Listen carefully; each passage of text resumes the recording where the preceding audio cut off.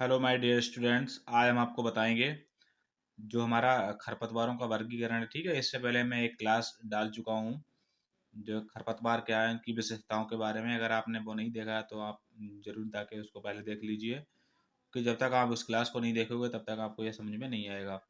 ये जो क्लास है ये एग्रोनॉमी सब्जेक्ट है बीएससी एजी फर्स्ट सेमेस्टर में। ठीक है, और जो एमएससी एग्रोनॉमी है ना, उसके फर्स्ट सेमेस्टर में ये बहुत ही इंपॉर्टेंट चैप्टर है जो पूछा ही जाता है। ठीक है, 100% पेपर में आता ही है। तो आज हमारा है खरपतवारों का वर्गीकरण, क्लासिफिकेशन ऑफ वीड्स। ठीक है, तो खरपतवारों का जो वर्गीकरण है वो मुख्यतः 5 प्रकार से किया गया है। सबसे पहले है जीवन चक्र के आधार पर। ठीक है, based on life cycle, based on life cycle. दूसरा है बीज पत्र के आधार पर। ठीक है, तीसरा है फसल संबंध के आधार पर। चौथा है परजीवी खरपतवार और पांचवा है मृदा व जलवायु के आधार पर। ये तो 5 प्रकार से खरपतवारों का वर्गीकरण किया गया है। ठीक है, इतना आपको समझ में आ रहा होगा। अगर आपने अभी तक मेरे चैनल को सब्सक्राइब नहीं किया तो सब्सक्राइब कर लीजिए और इस वीडियो को शेयर कर दीजिए दूसरे स्टूडेंट को भी, जिससे उनको भी फायदा हो जाए। ठीक है, तो सबसे पहले हम देखते हैं कि हमारा जो जीवन चक्र के आधार पर खरपतवार हैं। ठीक है, तो जीवन चक्र के आधार पर जो खरपतवार हैं इनको दो भागों में बांटा गया है। एक तो एक वर्षीय खरपतवार, दूसरा द्विवर्षीय खरपतवार, और तीसरा हमारा क्या है, बहुवर्षीय खरपतवार। ठीक है, जो जीवन चक्र के आधार पर है तो एक वर्षीय खरपतवार, द्विवर्षीय खरपतवार और बहुवर्षीय खरपतवार। देखो, एक वर्षीय खरपतवार क्या होते हैं, जो अपना जीवन चक्र 1 साल या 12 महीने या इससे कम समय में पूरा करते हैं, वो क्या कहलाते हैं, एक वर्षीय खरपतवार कहलाते हैं। यानी कि ये 1 साल के अंदर ही अपना तैयार होंगे और फूल आएंगे, बाद में ये नष्ट हो जाएंगे। ठीक है, इनका जीवन चक्र 1 साल के अंदर ही पूरा हो जाएगा, तो उन्हें हम बोलेंगे एक वर्षीय खरपतवार।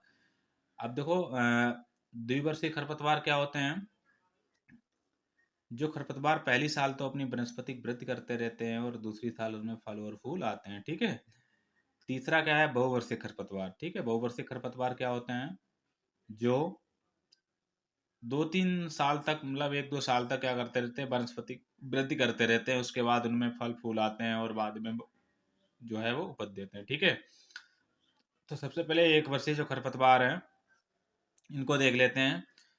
तो सबसे पहले इसमें इसको भी दो भागों में बांटा गया है।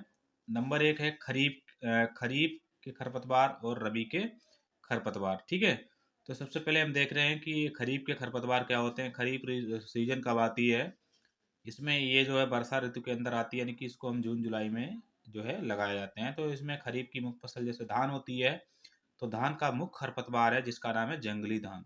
कौन है, जंगली धान है।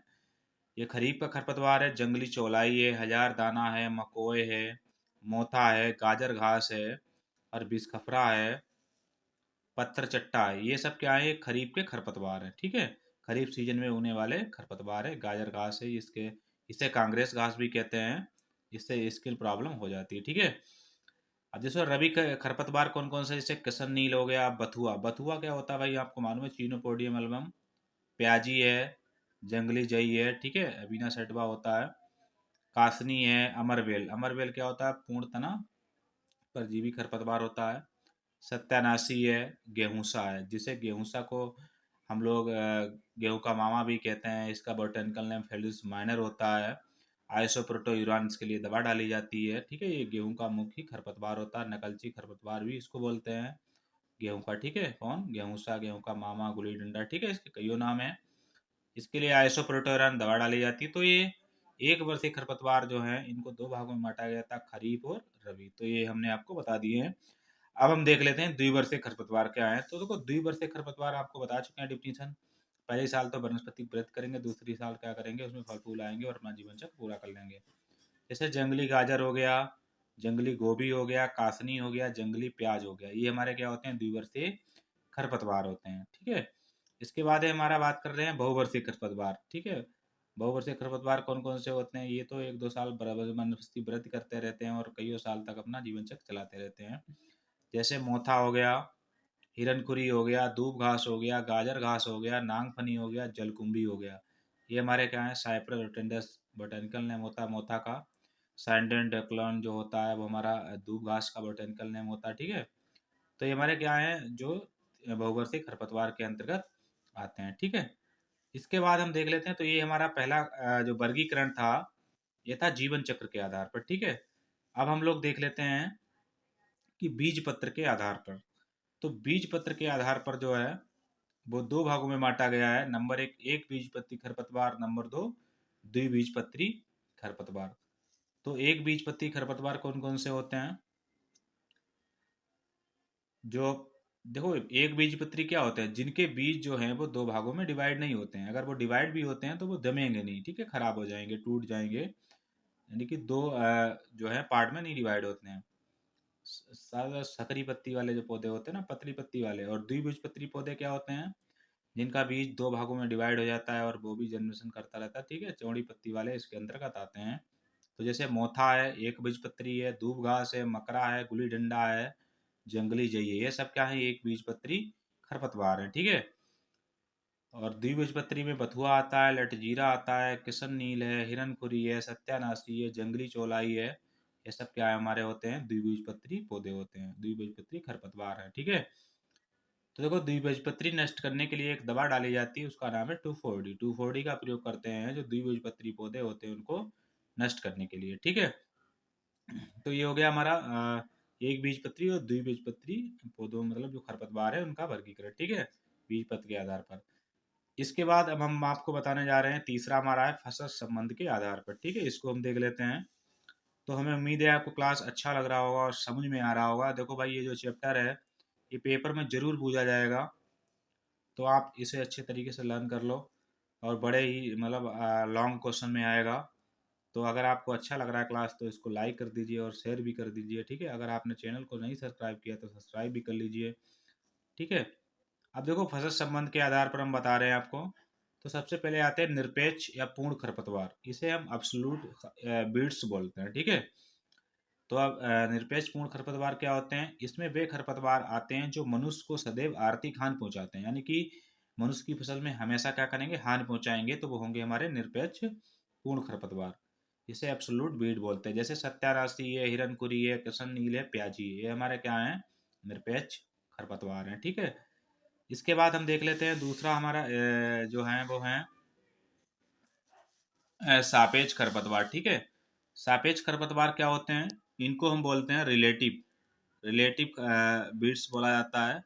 ये दूसरी फसलों के पौधे होते हैं जो बिना उगाए मुख्य फसल में उगाते हैं, जैसे गेहूं के साथ जौ या सरसों उगना। तो इनको बोलेंगे सापेक्ष खरपतवार, रिलेटिव बीड्स, ठीक है। जैसे आपने गेहूं को बोया है और गेहूं में क्या हुआ कि उसके साथ गेहूं जहां तहां हमने देख रहे हैं कि जौ बोआ, जौ जमाया है या सरसों जमाई है ना, तो जो जौ और सरसों जहां तहां पे दिखती है ना मुख्य फसल में, उसी को हम बोलते हैं सापेक्ष खरपतवार, ठीक है। समझ में आ रहा होगा ना। इसके बाद है अवांछित खरपतवार, इसे हम रोगू बीड्स बोलते हैं, रोगू रोगू खरपतवार, ठीक है। ये क्या होते हैं भाई? अवांछित खरपतवार क्या होते हैं? वे अवांछित उसी फसल की अन्य किस्म के पौधे जो मुख्य फसल में उगाते हैं। जैसे अब बात करते हैं, जैसे गेहूं की कल्याण सोना किस्म है, तो उसी के साथ में PW 343 के पौधे उगाए हैं। तो इन पौधों को हम क्या बोलेंगे? अवांछित खरपतवार बोलेंगे भाई। जैसे उसी फसल जो है, जैसे आपने गेहूं की किस्म बोई थी कल्याण सोना, तो भाई लेकिन उसमें क्या हुआ, PB W 343 के कुछ पौधे दिखाए हैं, तो उनको हम लोग बोल देंगे अवांछित खरपतवार बोल देंगे। क्या बोल देंगे? अवांछित खरपतवार, यानी कि उसी फसल की और दूसरी किस्म के पौधे जब उगाते हैं ना, उसको अवांछित खरपतवार बोलते हैं, ठीक है। समझ में आ रहा होगा। इसके बाद है स्वैच्छित खरपतवार, यानी कि वॉलंटियर बीड्स क्या होते हैं? मुख्य फसल में पहले सीजन में बोई गई फसल के पौधे उगना। जैसे मुख्य फसल है और पहले जो बोए गए थे ना वो पौधे उगना, ठीक है। जैसे आपने सपोर्ट डेट मानो, जैसे रबी सीजन में आपने जौ बोया, तो जौ के साथ अब आपने पहले क्या किया था? जैसे खरीफ में मूंगफली किया, तो जो जौ आपने बो रहे हो उसमें जहां तहां पे आपको मूंगफली के पौधे दिखेंगे, ठीक है, तो उसे हम बोलेंगे स्वैच्छित खरपतवार, क्योंकि मूंगफली क्या है? हमारा खरीफ ऋतु का पौधा है, ठीक है, खरीफ ऋतु की फसल है। और रबी ऋतु का कौन है? जौ, ठीक है। तो ये समझ में आ गया होगा। इसके बाद आपत्तिजनक खरपतवार क्या होते हैं? ऑब्जेक्शनल जो बीड्स होते हैं, ऐसे खरपतवार के बीज जो मुख्य फसल के बीजों के समान बनावट बनावट आकार एवं रंग के होते हैं, यानी कि वे बीज होते हैं जो जैसे जो मुख्य फसल होगी ना, उन्हीं के बीज के अनुसार दिखेंगे, उन्हीं के आकार के दिखेंगे, उन्हीं के कलर के दिखेंगे, ठीक है। उन्हें बोलेंगे हम आपत्तिजनक खरपतवार, जैसे जो मुख्य फसल में मिल जाते हैं। अभी आप पहचान भी नहीं पाओगे, मुख्य फसल की तरह दिखेगा और उसमें मिल जाएंगे। तो देखो सबसे पहले जो होते हैं हमारे मुख्य जैसे फसल है और आपत्तिजनक खरपतवार हैं। जैसे गेहूं, गेहूं में कौन होता था आपत्तिजनक? हिरनकुरी होता है, जो गेहूं की तरह दाने होते हैं, इसके बीज होते हैं और ये इसी में छिप जाता है। सरसों है, सरसों के बीज किसके तरह दिखते हैं? सत्यानाशी की तरह दिखते हैं। बरसीम के कासनी की तरह दिखते हैं। तो आप पहचानना मुश्किल पड़ जाएगा कि बरसीम में कासनी, ठीक है। तो आज हमने आपको सिर्फ 3 वर्गीकरण बताए हैं फसल संबंध के आधार पर। अगला जो हमारा वीडियो आएगा, क्लास आएगा ना, उसमें हम परजीवी खरपतवार और मृदा व जलवायु के आधार पर आपको अच्छी तरीके से समझा देंगे। या आप नोट्स बना लीजिए, आपकी बहुत ज़्यादा हेल्प करेंगे, ठीक है। आज हमने आपको बताया खरपतवारों का वर्गीकरण।